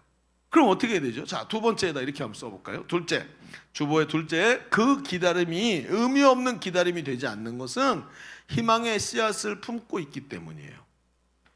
자, 희망의 씨앗. 자, 미가서는 난해한 부분이 많은 예언서예요. 그래가지고 시공간의 혼동도 좀 있고 앞뒤가 안 맞아, 시간이 안 맞아. 그리고 포함 관계가 조금 헷갈려. 이러면 왜냐하면 묵시적 요소가 그 안에 들어있기 때문에 그래요. 그런데 여기에 이런 얘기, 앞에 우리 읽었던 7절에 이렇게 말하죠. 야곱의 남은 자는 많은 백성 가운데 있으리니. 자, 여러분, 야곱의 남은 자가 뭘까요? 쭉 읽어볼게요. 야곱의 남은 자는 많은 백성 가운데 있으리니 그들은 여호와께로부터 내리는 이슬 같고. 그 야곱의 남은 자가 이슬 같대요. 여러분, 야곱의 남은 자가 뭐죠? 야곱의 나중에 이름이 뭘로 바뀌어요? 이스라엘로 바뀌죠. 이름이 약복강에서 싸우고 나서 이스라엘로 바뀌어요. 그럼 야곱의 남은 자는 여러분 바벨론으로 포로로 끌려갔는데 그 중에 흩어지고 남은 사람, 아니면 돌아올 준비를 하고 있는 사람들을 말하는 걸 거예요. 그런데 이 많은 백성 가운데서 마치 이슬 같고 풀이에 내리는 단비 같아서 사람을 기다리지 아니하며 인생을 기다리지 아니할 것이며, 야곱의 남은 자는 여러 나라 가운데 많은 백성 가운데 있으리니, 그러니까 이슬같이 여러 나라 가운데 야곱의 남은 자들이 스며 들어간다는 거예요. 그러면서 그들은 수풀의 짐승들 중에 사자 같고 양떼 중에 젊은 사자 같아서 만일 그가 지나간 즉 밟고 찢으리니 능히 구원할 자가 없을 것이라. 여러분, 이 야곱의 남은 자의 모습이 아주 이상하게 그려지고 있죠. 이게 도대체 뭘 말하는 거지 하고 생각이 드는 거예요. 여러분, 이 말씀에 희망은 야곱의 남은 자를 통해 일어나요. 그런데 야곱의 남은 자는 많은 나라에 흩어진 이스라엘 백성을 말하고, 이 이스라엘 백성은 여러분 예수님 이후에 2000년간이나 나라 없이 떠드는 민족이 되어버리죠. 그러면서 어떻게 됩니까? 희망이라기 보기에는 너무나 빈약한 존재예요. 그런데 7절에 남은 자들은 여호와에게서 내리는 이슬 같고 풀이에 내리는 단비 같대요. 이슬과 단비가 식물에게 생명력을 주고 새롭게 혈기를 주는데 그 속에 들어가서 희한하죠. 많은 짐승들 중에 사자같이 변한대요. 그러면 다 정복하고 이슬처럼 싹 들어가고 소망을 주는데 다 정복해내고 다 가지게 된다는 거예요. 이게 뭘 의미하는 거죠? 여러분, 지금 예수님의 십자가 복음이 전 세계에 전해지고 그 십자가 복음이 마치 사자와 같이 많은 자들을 예수 그리스도에게로 이끌어오는 역사를 일으키는 것을 말하는 거예요.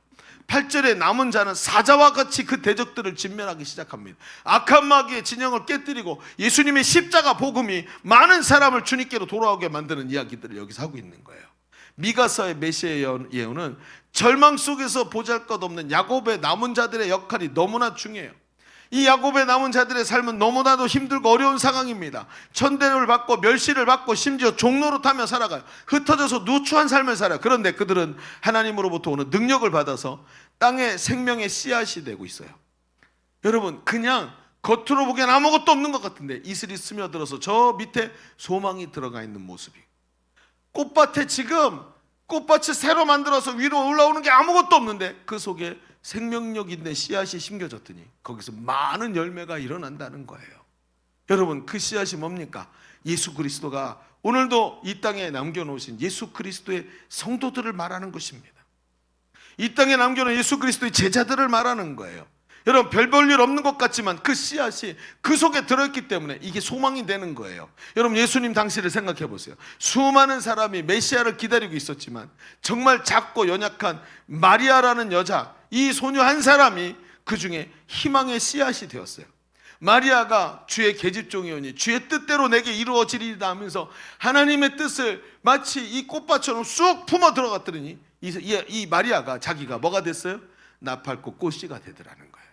겉으로는 안 보이지만 속에 숨어 있는 것 같지만 거기서 생명력이 일어나지 않습니까? 세례 요한을 생각해 보십시오. 들판에 살면서 누추한 삶을 살았어요. 메뚜기를 먹고 석청을 먹었어요. 그건 머금껏 음식이 아니에요. 생존을 위해서 최소한의 것입니다. 그리고는요, 약대 토롯을 입었어요. 요즘 같은 모피라고 말하겠지만 옛날엔 약대 토롯이 뭐죠? 야만인들이 입는 옷이에요. 몸을 다 가리지도 못해요. 추워요. 그런데 그런 옷을 입으면서 사람들에게 집중을 받으면서 당신은 왜 이렇게 삽니까? 하고 얘기했더니 그가 회개하라고 말하기 시작했어요. 여러분, 수많은 사람들이, 율법주의에 젖어있던 사람들이 이렇게 생각했어요. 나는 아브라함의 자손이니까 나는 무조건 천국 가, 하나님의 백성이잖아 라고 생각했는데 세례 요한이 말했어요. 이 독사의 자식들아, 이 독사의 자식들아, 누가 너희를 천국에 보내준다냐? 너희가 아브라함의 자손이라고 구원받을 거라고 상상하지 마라. 너희가 짓는 죄를 봐라. 그러면서 뭐라고 얘기했죠? 내 뒤에 오시는 이는 하면서 예수님을 만날 준비, 회개하는 마음으로 만들어놨어요. 누가? 나팔꽃이 하나, 바로 누구예요? 세례 요한이라는 사람. 이게 예수님을 만나는 소망의 씨앗이 되었어요. 여러분, 예수님은 로마 제국의 압제 속에서 제자들을 희망의 씨앗으로 삼으셨어요.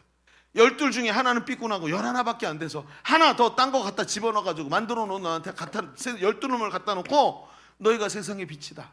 너희가 세상의 소금이다. 너희는 가서 모든 민족으로 제자를 삼아라. 너희 12이 천국의 희망이다 라고 말하면서 이 12를 마치 나팔꽃이처럼 심었어요. 그래 놓고 뭐라 그러세요? 주님의 오심을 기다려라. 그때까지 딱 끝까지 이르러 복음의 증인이 되라 하고 말씀하시면서 또 다른 제자를 세우라고 말씀하신, 그게 있으니까 어때요? 예수님의 이야기가 공허한 기다림이 아니라 그 꽃밭 안에 들어있는 꽃씨처럼 하나님의 소망의 씨앗이 그 안에 들어있으니까 이게 일이 일어나기 시작하는 거예요. 여러분, 조금 있으면 성탄절이죠. 그렇죠? 여러분, 성탄절에 이런 얘기 들어본 적 있으십니까? 1년 중에 피임 기구인 콘돔이 세상에서 제일 많이 팔리는 날이 성탄절이랍니다. 여러분, 무엇을 의미하는 걸까요?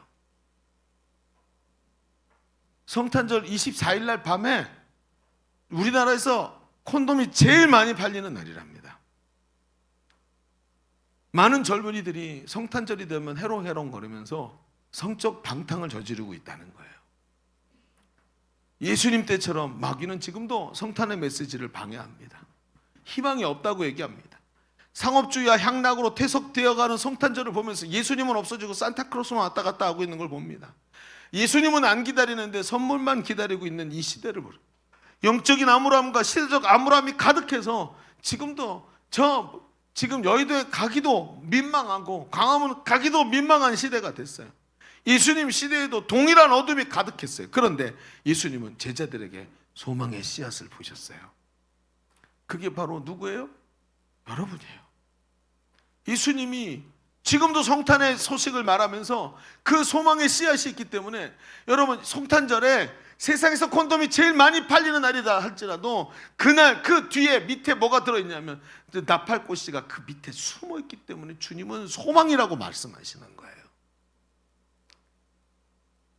저는 오늘 양육반 수료식을 보면서 남다른 감동을 느꼈습니다. 특별히 우리 홍창희 집사님, 제가 이름을 실명을 거론을 하지 않고 그냥 전도사님 비슷한 홍씨 이렇게 얘기하려고 그랬는데 홍창희 집사님 간증을 제가 들으면서 은혜가 너무 많이 됐어. 홍창희 집사님이 워낙에 어려서부터 우리 교회에서 잘하신 분이 아니에요. 잘한 친구가 아니잖아요. 다른 전통적 스타일의 교회에서 자라왔고 그게 몸에 배웠어요. 그래서 그런데 우리 교회 와서 찬양 사역을 해야 되니까 사역하고자 하는 열망이 너무 커가지고 해야 되니까 우선 아마 양육을 시작했던 것 같아요. 그리고는 우리 교회가 막 요구하니까 그 요구하는 조건을 갖추기 위해서 양육을 받고 훈련을 받다가 비전이란 게 뭔지 어렴풋이 깨달은 거예요. 그리고 이렇게 살아야 되는구나, 이게 옳구나 하고 깨달았는데 살다 보니까 이게 삶에서 빠져나가는 거지. 그럴 수밖에요.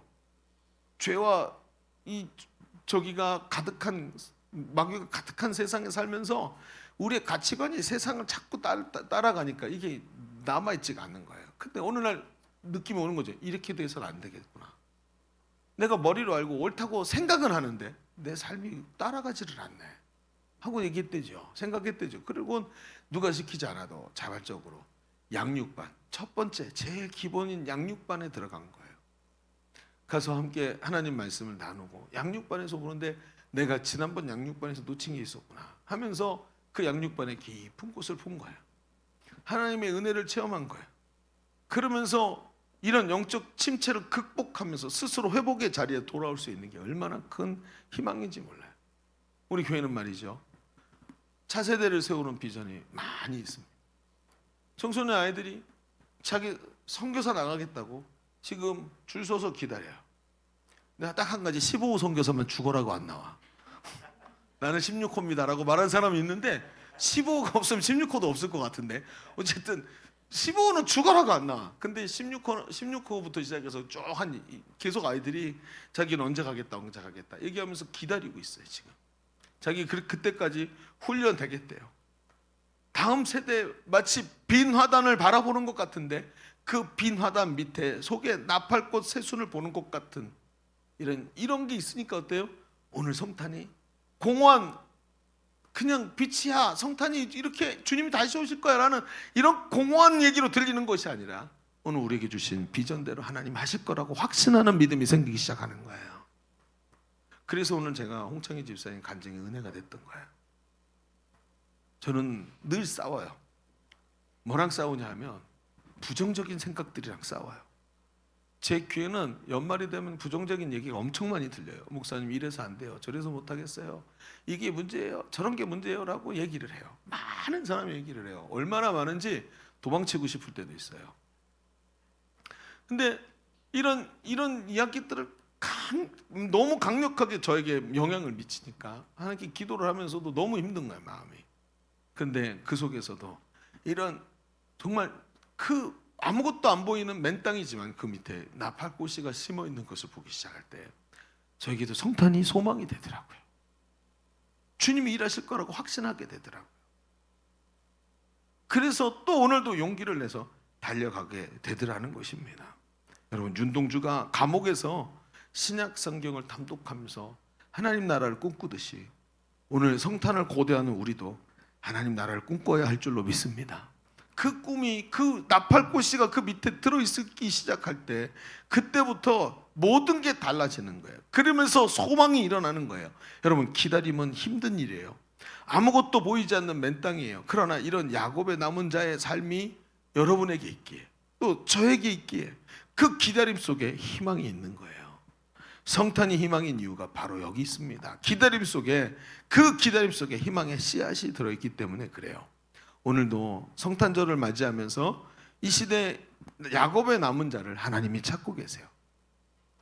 야곱의 남은 자, 여기 있는 여러분, 제가 여러분을 향해서 가지고 있는 소망보다 더 큰 소망을 하나님이 여러분을 향해 갖고 계세요. 하나님이 여러분 부르신 줄로 믿습니다. 하나님이 나를 향한 계획을 가지고 계시는 거예요. 그래서 예일교회에 와 있는 거예요. 이 힘들고 어려운 교회, 다른 데서 신앙생활하면 수없이 칭찬받고 막 위로해주고 그럴 만한 믿음 가지고 여기 있으면 그냥 칭찬 하나도 못 받아. 이런 빡센 교회, 그런 교회 와서 왜 여기서 신앙생활하고 있습니까? 그렇죠. 하나님께서 오늘 당신을 부르셔서 이 마지막 시대 역사의 주인공으로 하나님 쓰시기를 원하십니다. 바로 야곱의 남은 자의 삶이 성탄의 소식을 전하는 희망의 메시지가 되기를 원하시는 거예요. 성탄이 희망인 사람, 여러분, 영국의 신문 기자들처럼 희망의 소식을 전할 수 있는 이 안에 나팔꽃을 가득 담은 하나님의 사람들 되시기를 주님의 이름으로 축복합니다. 자, 우리 기도하십시다. 오늘 말씀은 우리에게 쉬운 얘기가 아닙니다. 주님의 오심을 고대하는 사람이 되어야 되는데 앞으로도 하나님이 오셔서 이 예수 그리스도가 재림주로 오셔서 이 세상을 심판하실 것을 너무나도 선명하고 알기에 악한 마귀와 세상 나라들이 심판받고 주님의 나라가 완전히 회복될 것을 알기에 우리가 주님의 오심을 고대하는 자가 되어야 합니다. 주님, 윤동주 시인이 감옥에서 하늘을 우러러 한 점 부끄러움 없기를 원하면서 자기의 생의 마지막 순간을 맞이했듯이 오늘도 우리가 하나님 나라의 소망을 가지고 오늘 주님 오시는 이 성탄의 기쁨을 누리는 자 되게 하여 주옵소서. 주님이 오시는 기쁨, 주님이 오신다는 소망을 가지고 오늘도 우리가 달 살려갈 수 있는 귀한 삶이 되게 하여 주옵소서. 오늘 말씀의 은혜를 붙잡고 같이 주님 외치고 기도합니다. 주여 할렐루야. 아버지 하나님, 오늘도 이 성탄을 우리가 고대하며 주님 앞에 섭니다. 주님이 오심을 아버지 기다립니다. 오늘도 아버지 하나님, 그 씨앗들이 오늘도 우리 가운데 있기에 오늘도 이 길을 달려갑니다. 하나님 역사여 주옵소서. 이 어두운 세상, 정말 성탄의 소식이, 성탄의 기쁨이, 성탄의 빛이 가려지는 어두운 세상을 우리가 살아갑니다. 그러나 아버지, 성탄의 기쁨 소식이 아버지 하나님 정말 희망, 절망 속에서 피어난 나팔꽃처럼 일어나게 될 줄로 믿습니다. 하나님 역사여 주옵소서. 오늘도 아버지 그 씨앗을 품기를 원합니다. 그 씨앗이 오늘도 아버지 어둠이 이겨낼 만한 것으로 펴게 됩니다. 하나님 역사여 주옵소서. 우리 다시 한번 기도하십시다. 여러분, 오늘 오른손을 가슴에 얹고 기도하십시다. 여러분, 우리 시대는 너무나도 어둡습니다. TV를 켜거나 인터넷을 켜서 뉴스를 확인하기조차 부끄러운 이런 모습들을 우리가 봅니다. 너무나 어두워서 미래가 보이지 않는 것 같습니다. 그러나 주님은 그런 시대를 사시면서도 제자들에게서 모든 희망을 보신 줄로 믿습니다. 오늘도 우리가 바로 그 마지막 남은 자의 희망의 씨앗이 되게 하여 주옵소서. 하나님, 우리가 우리 속에 그 나팔꽃씨가 들어있는 줄로 믿습니다. 어둠 속에서도 하나님 앞에서 온전히 변화되고 온전히 하나님 나라를 향해서 달려가는 주의 일꾼들 다 되게 하여 주옵소서. 마지막 시대 마지막 주자로 희망의 불꽃이 되게 하여 주옵소서. 우리 같이 주님의 직업 기도합니다. 주여 할렐루야. 오늘도 아버지 하나님 역사하시기 원합니다. 오늘도 우리가 아버지 하나님 희망의 불꽃이 되기를 원합니다. 그 나팔꽃이가 되기를 원합니다. 이 마지막 시대는 너무나 어둡다 할지라도 그 어두운 아버지 순간에 아버지 하나님 그 어두운 순간에 하나님 앞에서 오늘도 그 씨앗을 품은 자, 오늘도 아버지 하나님 소망의 씨앗이 내가 되기를 원합니다.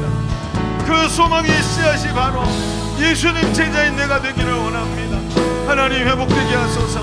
일어나게 하여 주옵소서. 그 소망의 씨앗이 되게 하여 주옵소서. 내가 바로 그 사람 되게 하여 주옵소서. 주저앉지 말게 하시고 일어나게 하여 주옵소서. 하나님 소망의 씨앗을 심고 주님 기대하고 계시는 줄로 믿습니다. 주님의 기대하는 그 소망의 씨앗이 내가 되게 하여 주옵소서. 하나님 그 씨앗을 심고 하나님 그 씨앗이 내가 되어서 이 마지막 시대 마지막 주자로 하나님께 쓰임받는 인생 되도록 하나님 역사하여 주옵소서. 하나님 도와여 주시기 원합니다. 아버지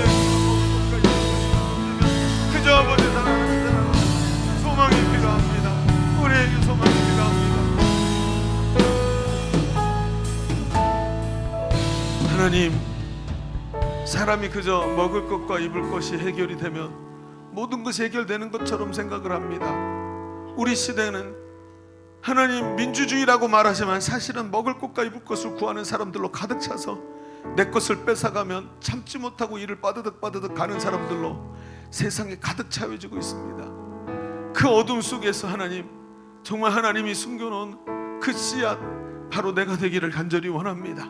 예수님이 12제자를 향해서 너희는 가서 모든 민족에게 복음을 전하라고 말씀하신 그 대상이 바로 내가 되기를 원합니다.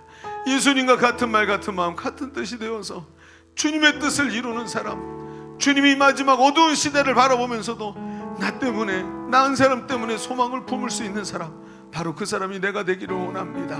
주님, 오늘도 그저 주저앉아 있는 삶이 아니라 또 일어나서 오늘도 주님을 향해 달려갈 수 있는 용기를 허락하여 주옵소서. 이 성탄절이 그냥 지나가는 성탄절이 되지 말게 하시고 그 희망의 불꽃이 나에게로부터 일어나는 귀한 성탄절이 될 수 있도록 하나님 역사하여 주옵소서. 오늘도 함께 하시는 주님께 감사드리며 예수님의 이름으로 기도하옵나이다. 아멘. 우리 하나님께 감사와 영광의 박수 올려드립니다.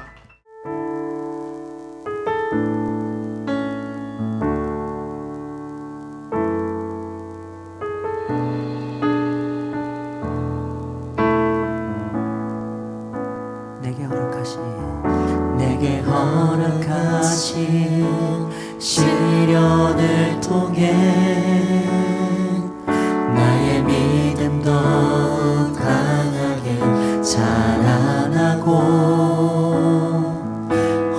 산과 골짜기 지나는 동안 주께 더 가까이 나를 이끄시네. 내가 겪는 시험이 어렵고 힘겨워도 내 주님보다 크지 않네. 내 앞에 바다가 갈라지지 않으며 주가 나로 바다 위 걷게 하리. 나는 믿네. 주의 능력으로 내 삶 새롭게 되리. 나는 믿네. 주의 능력으로 담대히 나가리라. 주와 함께 싸워 승리하리라. 날마다 믿음으로 나 살아가리. 내게 허락하신 시련을 통해 내게 허락하신 시련을 통해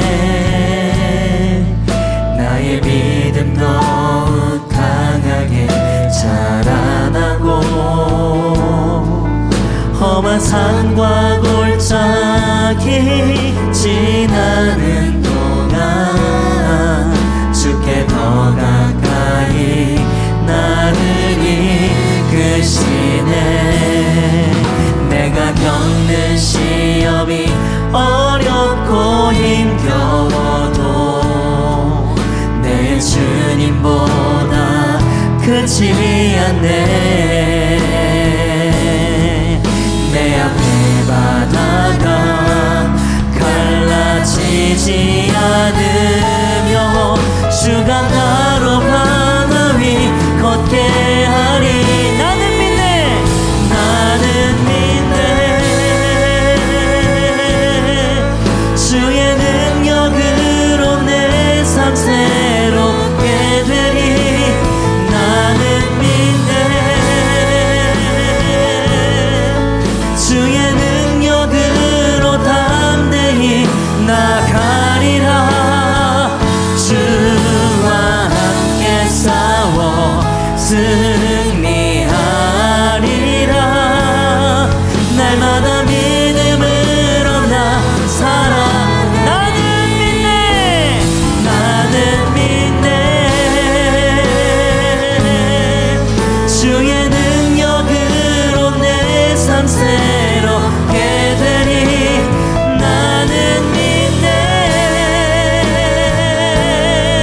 주의 능력으로 담대히 나가리라. 주와 함께 싸워 승리하리라. 날마다 믿음으로 나 살아. 날마다 믿음으로. 날마다 믿음으로 나 살아. 영원히 믿음으로 살아가는 우리 모두가 되길 원합니다. 날마다 믿음으로 나 살아가리. 아멘. 주님께 영광의 박수 올려드립니다. 자, 우리 드려진 예물로 해서 기도하십시다. 하나님 참 감사합니다. 우리는 예배하면서 하나님의 살아계심을 느낍니다. 우리 삶 속에 늘 오셔서 말씀하시고 깨닫게 하시고 그 말씀대로 행하시는 하나님을 우리는 늘 체험합니다. 하나님, 우리의 왕 되시어서 감사합니다. 예수 그리스도를 통해 우리를 자녀 삼아 주셔서 감사합니다. 그 은혜를 오늘도 누리며 승리하는 삶 되게 하여 주옵소서. 오늘 아버지 하나님 귀한 예물 하나님께 예물을 준비해서 올려드린 귀한 우리 젊은이들에게 축복하시고 저들의 삶의 환경을 만지시고 여시어서 풍성한 은혜로 채우시는 삶이 되도록 하나님 역사하여 주옵소서. 평생의 궁핍함 때문에 고민하지 않게 하시고 하나님이 풍성히 채우시는 은혜를 누리는 아름다운 삶들이 다 되게 하여 주옵소서. 돌아가는 발걸음 함께 하시고 한 주간 동안도 주와 동행하며 기쁨과 승리의 노래를 부르는 우리가 되게 하여 주옵소서.